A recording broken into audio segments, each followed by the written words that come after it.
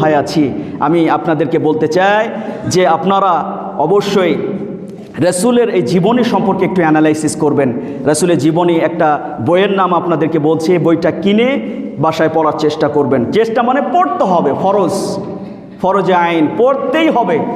আরে বাবা, রসুল সাল্লাল্লাহু আলাইহি সাল্লাম আমার আপনার জন্য শাফাআত করবেন বিচারের দিনে, কিয়ামতের ময়দানে।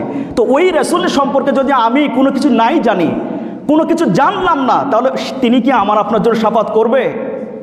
ক্যান ইউ ইম্যাজিন, কল্পনা করেন, আপনার অন্তর দিয়ে একটু ফিল করেন, অনুধাবন করেন। রাসূল সাল্লাল্লাহু আলাইহি সাল্লাম সম্পর্কে আপনি কিছুই জানলেন না, তার জীবনী সম্পর্কে কিছুই পড়লেন না, তাহলে সেই দিন তো আল্লাহ তাআলা আমার আপনার পাশে বিশ্বনবী মুহাম্মদ সাল্লাল্লাহু আলাইহি সাল্লাম আসবেন না, শাফাআত করবেন না। এই জন্য সিরাতের একটা বই বলছি, আর রাইহুল মাখতুম, আল্লামা শফিউর রহমান মুবারকপুরী লেখক। এই বইটা কিনবেন।